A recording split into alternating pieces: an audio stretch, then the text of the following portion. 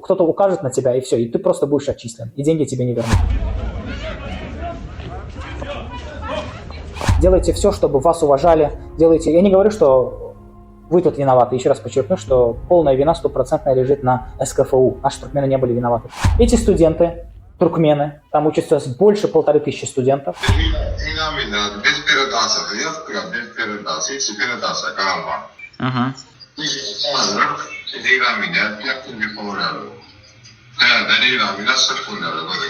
После прилета у них принимали документы, принимали оплату.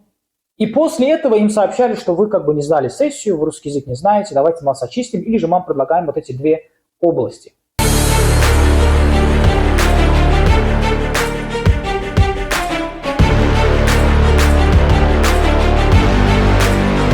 Здравствуйте, дорогие туркменистанцы и гости канала Turkmen Voice. Сегодня я хочу, чтобы вы были героем или героиней в одном короткометражном фильме. Главную роль в этом фильме играет студент, который учится в одной из средних школ Туркменистана. Мы прекрасно знаем, что в Туркмении существует стереотип, где люди делятся на два слоя. Люди с высшим образованием и без высшего образования. Учитывая наличие этого стереотипа, наш главный герой, студент, который вот-вот-вот получит аттестат об окончании средней школы, надумывает уже поступить в высшее учебное заведение. После консультации с родителями он понимает, что все двери в вузы Туркменистана закрыты. Он не сможет поступить ни в один из вузов, потому что у него нет денег для блата, и у него нет знакомых. И в итоге родители советуют своему ребенку, сыну или дочери уезжать из страны, поступать в вузы России, Белоруссии или других стран. Родители начинают собирать все свои сбережения, некоторые продают свои машины, некоторые обменивают свои квартиры из 3 на 2-комнатную, некоторые вовсе берут долги под проценты, представляете? И вот студент, который хочет получить высшее образование, собирает свой чемодан, берет с собой последние сбережения родителей и вылетает в Россию. И вот этот студент прилетает в Россию для того, чтобы поступить в вуз. Вуз успешно его принимает, обоюдно происходит подписание договоров, а также университет взимает оплату за учебу. И студент от радости бежит к телефону, звонит своей маме, папе. Эне ата говорит, я стал студентом. И спустя какое-то время этого студента вызывает в деканат, и декан говорит, к сожалению, мы вынуждены вас отчислить. Вы отчислены, и мы вам даем пару дней для того, чтобы вы покинули добровольно страну. Представьте, что вы герой этого фильма, в главных ролях вы играете. Что бы вы почувствовали, когда как все деньги израсходованы? Оплата за авиаперелеты вам уже не вернуть. Оплата за обучение может вернете, может нет. Тоже неопределенность. И вы уже не студент, вы потеряли статус в своей стране. Вот с такой ситуацией столкнулись наши студенты, которые учатся в Ставрополе. В Ставрополе есть университет, который называется Северо-Кавказский федеральный университет. Эти студенты, туркмены, там учатся больше 1500 студентов.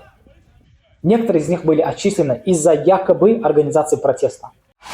Я глубоко начал рыть, копать эту тему, искать, выяснять. Мне пришлось общаться, даже поговорить с одним студентом из этого университета.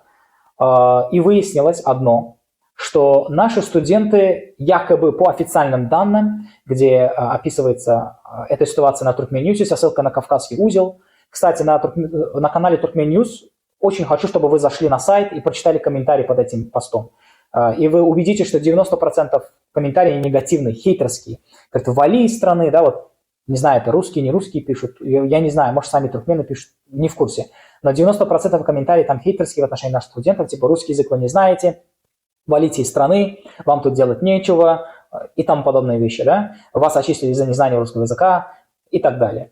Но я так понимаю, что эти комментаторы поспешили сделать вывод, потому что наших студентов отчислили не из-за незнания русского языка. Я глубоко рылся в этой теме, и я понял, что СКФУ проводила мошеннические схемы для того, чтобы выкачивать деньги из студентов. Это относилось только к студентам из Туркменистана, кстати. Что они делали, да? В норме как происходит, ребята, вот объясню, кто учился, не учился, кому предстоит поступать в вузы. В норме это делается таким образом. Человек выбирает себе вуз за границей, связывается с администрацией. Администрация выдает пригласительные письма. Количество этих писем ограничено. Количество этих писем будет равно квоте, которую университет дает той или иной стране. Допустим, СКФУ, оказывается, должны были принять только 500 студентов. То есть у них была максимальная квота 500 студентов. Больше они не могли принять. И как вы думаете, Сколько студентов они приняли из Туркменистана? 1500. То есть они приняли 3 раза больше. Для чего? Для того, чтобы побосики, да, пришли в бюджет университета. Так вот, в норме происходит таким образом. Университет выдает пригласительные письма. Студент получает пригласительное письмо, едет в посольство, оформляет себе студенческую визу. И благополучно вылетает. По прилету он сдает экзамены, и по результатам экзамена распределяется либо под подготовительный факультет, либо на первый курс. Этого не произошло в СКФУ. Что произошло? Произошло так, что нашим студентам пригласительные выдали очень поздно. Оказывается, это специально делается в СКФУ. Они поздно выдали пригласительные письма для наших студентов. Студенты прилетели не в сентябре, а аж в декабре, в начале января, то есть к концу первого семестра. Учитывая, что они учились, они, конечно же, не сдали экзамены. Да? Либо они не сдали, либо они уже пришли после сессии. Вместо того, чтобы им сказать, до подписания договоров, да, вместо того, чтобы им сказать, ребята, вы пришли поздно, мы так понимаем, что вы опоздали или по нашей причине, по вашей причине, неважно, давайте мы вам устроим сейчас экзамены, и по результатам экзаменов вы либо идете в подготовительный факультет, либо же вы поступаете на первый курс. И вот после прилета у них принимали документы, принимали оплату, и после этого им сообщали, что вы как бы не сдали сессию, вы русский язык не знаете, давайте мы вас очистим, или же мы вам предлагаем вот эти 2 области. Курская и Белгородская область. То есть им давалось только 2 выбора. Либо в эти области вы переходите, делаете перевод, либо мы вас вовсе отчисляем. А как мы знаем, что в этих областях идут военные действия, и наши туркменские студенты прекрасно об этом знают, и они не хотят переводиться туда. Так вот, вместо того, чтобы им сказать, ребята, вы пришли поздно, к декабрю, первый семестр уже прошел, давайте мы вам организуем комиссию, попытайтесь сдать экзамен. Если не получится сдать экзамены, мы вас просто заселим в подготовительный, распределим в подготовительный факультет, вы там проучитесь, подтянете русский язык, подтянете обычные предметы и потом уже благополучно поступите с сентября с нового учебного года на первый курс. Но они этого не делали, потому что где я учился, так было. Я учился в Беларуси, по приезду мне сразу же сказали, что есть экзамен, будут экзамены, я сдавал русский язык, химию, биологию, так как я поступал в медицинский университет. И по результатам этих экзаменов нам говорили, ты достоин первого курса или не достоин первого курса. Те, которые завалили, там много было студентов, кто завалил, много было студентов, кто прошел. И если ты заваливаешь эти экзамены, тебя распределяют в подготовительный факультет, если прошел, то сразу же на первый курс. Этого всего не происходило в СКФУ, не происходило. Их принимали, бабки принимали, находили причины и отчисляли. Так вот, им предлагалось только 2 варианта, Курская или Белгородская область. Если туда не хотите, мы вас отчисляем. И на следующий день наши студенты, когда это услышали, они вышли на протест. У них было собрание, они вышли на протест 7 марта, где потребовали от университета, от руководства университета подписать им документы или заявления на перевод. То есть, что происходило, мои дорогие туркменистанцы? Как это все происходит? Если студент не хочет учиться в том или ином университете, он имеет право перевестись в другой университет, только при одном условии. Он должен числиться студентом в этом университете, от которого он хочет уйти и поступить в другой. СКФУ об этом знали. Они знали. Они специально их отчисляли и говорили, что якобы ваши заявления на переводы пришли поздно, вы поздно подали, вы уже у нас не чиститесь, вы уже не студенты, и поэтому мы не можем подписать ваши документы, ваши заявления о переводе. Учитывая, что наши туркмены, они уже находили себе места в Карачаевске, в Ессентуках, в этих городах они находили себе места, находили университеты, которые готовы были их принять. Они готовы их были принять, но просили, идите в СКФУ, подпишите документы свои, пусть они подпишут вам заявление о переводе, и мы вас примем. Наши туркмены своевременно сдавались. Заранее, да, вот пока они числились студентами, сдавали свои заявления, но универ специально продлевал, затягивал, потом отчислял, и давал им решение, говорил, вот, ребята, вы не студенты, то бишь нам некого переводить с одного универа в другой, потому что вы не чиститесь в списках. Вот такими мошенническими действиями СКФУ занималась.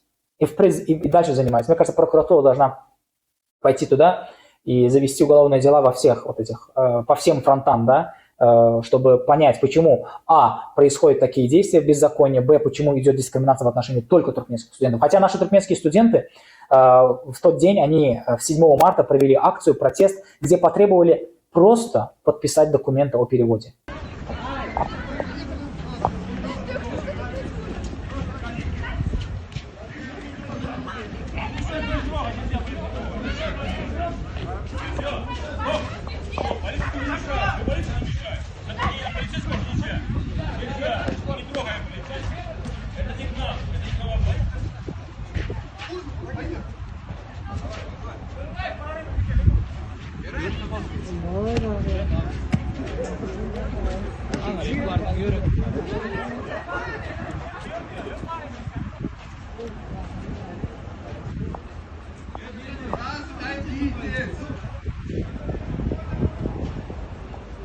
Они не просили, чтобы их обратно вернули. Они не просили, чтобы обратно их приняли. Потому что они поняли, что в СКФУ учиться не стоит. Они поняли, что они не уверены в своем завтрашнем дне. Завтрашний день рандомно, как чат-рулетка, да? Кто-то укажет на тебя, и все, и ты просто будешь отчислен, и деньги тебе не вернут. Они понимали, и они уже готовили своевременно, они пришли, требуют, чтобы им подписали заявление на перевод. В итоге руководство университета вызвало МВД, полицейские приехали, разогнали, некоторых забрали в полицейский участок. И на следующий день, 8 марта, после этого митинга, был рейд в общежитии номер 3 и номер 6 СКФУ. В это общежитие пришел Ахмед Хамам, так называемый Ахмед Хамам. Он работник этого университета, он работает в СКФУ, он в сопровождении 4 полицейских ворвались в комнаты 4 граждан: Мадина Сапардурдыева, Огул-Гурбан Язымова, Арслан Ходжаниязов и Сухан Бяшимов. Вот эти 4 студента наших, у них полицейские насильно изъяли паспорта. Вначале хотели просто, чтобы они добровольно отдали, они поняли, что неладное тут творится, да, но потом они насильно изъяли, сказали, мы вам вернем туда-сюда, типа мы хотим просто какие-то процедуры провести. На самом деле они забрали эти паспорта для того, чтобы аннулировать их студенческие визы. И аннулировали они аннулировали их студенческие визы. Эти же полицейские во главе с Ахмедом Хамамом, представителем университета, провели рейды в других кабинетах, искали всякие signs, да, то есть признаки того, что студент работает, какие-то пакеты с Яндекс.Доставки или еще что-то. Искали, короче, пытались найти причины, чтобы была массовая депортация, было массовое отчисление. И вот, хочу напомнить, что любой студент, который учится в России, имеет право работать, и ваш регламент СКФУ, я обращаюсь к СКФУ, у вас это написано на самом сайте, что они свободно от учебного времени имеют право работать. То есть это вы не можете использовать в качестве против наших студентов. Также хочу напомнить вам одну вещь, что, как я сказал, что они принимали 1500 студентов. Из 1500 студентов, представляете, каждый студент платит примерно $3000 в год. Умножайте математика 3000 на 1500 студентов, это в районе $4,5 миллиона американских долларов поступали на бюджет СКФУ. Только с граждан Туркменистана. Кстати, мне посчастливилось пообщаться с одним студентом из этого университета. Я вам сейчас покажу, что он говорит. Он четко подтверждает то, что отчисления были специально сделаны. Это не по вине туркменских студентов, не из-за того, что они русский язык не знали. Также я хочу обратиться к СКФУ. Почему вы, когда принимаете туркменских студентов и понимаете, что у него русский язык нехороший, да, не владеет полностью русским языком, так что вам мешает перевести его в подготовительный факультет? Почему вы у него взимаете деньги за первый курс? Потому что отличие примерно в 2 раза дешевле. Подготовительный факультет, обучение годовое стоит в 2 раза дешевле, чем на первый курс. То есть вы у него взимаете деньги за первый курс, не проверяете русский язык, и потом в конце отчисляете. Так вы не можете сделать нормально, как вот в Беларуси делаете на данный момент. Человек поступает, перед тем, как он совершает оплату за учебу, он сдает экзамены. И если он прошел, он оплачивает за первый курс.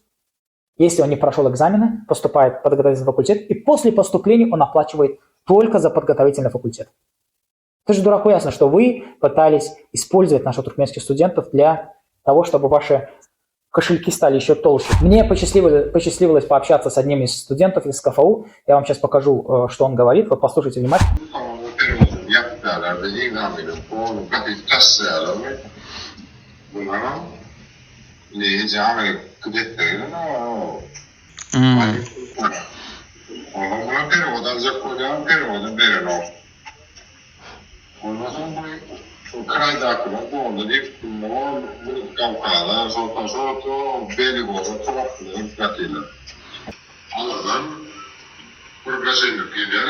Aha. Короче, студентtan sonra anam yoklar değil. Nereye gidecek, ne mi edecek? Yok, sonra ya studenten ödüyor. Diğer studenten ödüyor ya öyle değeri. Sonra başlatı ya bayağı kıyas mı? Aha. Spravka yazanlar bunlar asliye kağıt verme programından zıpırgaşık değil ya bu asliye kağıt verme.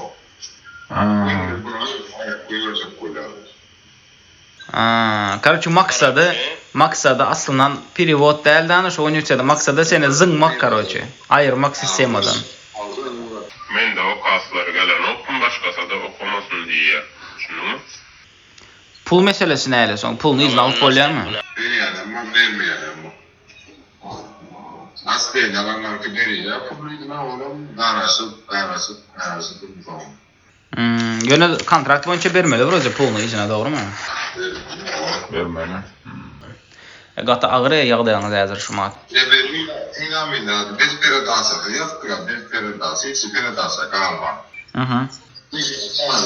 Şimdi inaminler yaptım bir program. Ben inaminler sırf bunları böyle. Вот видите, ребята, он говорит, что типа экзамен сдал без пересдачи, но все равно их вызывает обратно, говорит, как ты сдал экзамен?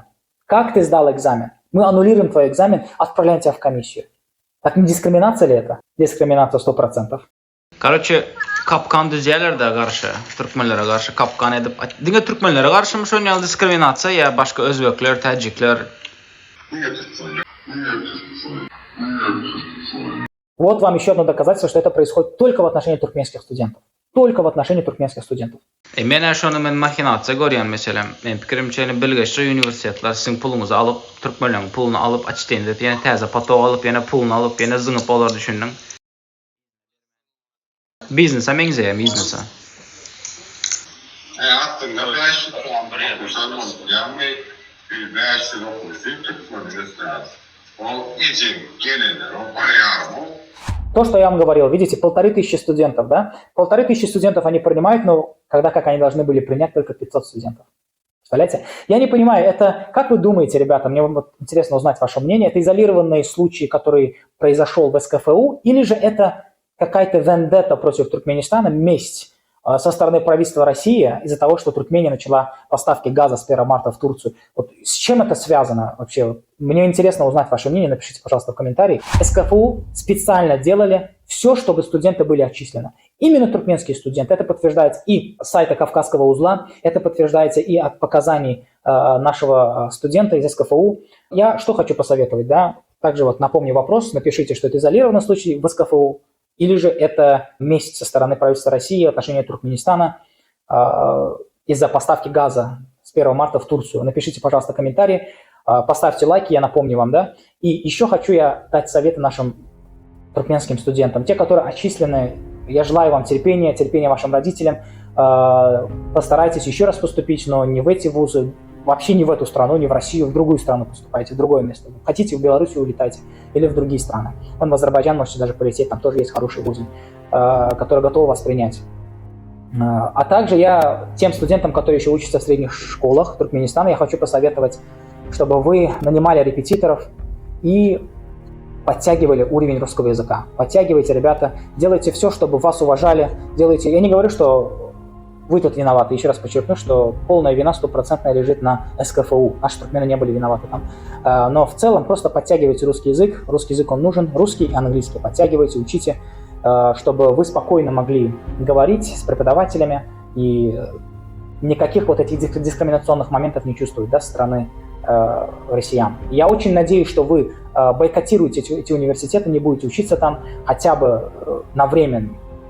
Ударьте именно финансово, чтобы они вот эти $4,5 миллиона не получали, да, потому что 1500 студентов умножаем на 3000 с каждой головы, получается $4,5 миллиона они от вас получали. Конечно же, они не хотят, чтобы вы дальше учились, они хотят дальше продолжать бизнес, отчислять и принимать других студентов. На этом у нас все. Я хочу завершить видео, пожелать еще раз терпения всем студентам, которые учатся. Вы наше будущее, учитесь. И если будут какие-то вопросы, пишите в комментарии, я оставлю свои данные, мы сможем с вами поговорить. Также зрители канала Turkmen Voice, пишите комментарии, я хочу узнать, как вы думаете, в чем была истинная причина, так как я уже вам пояснил. Мне интересно узнать ваше мнение. До скорых встреч, берегите себя.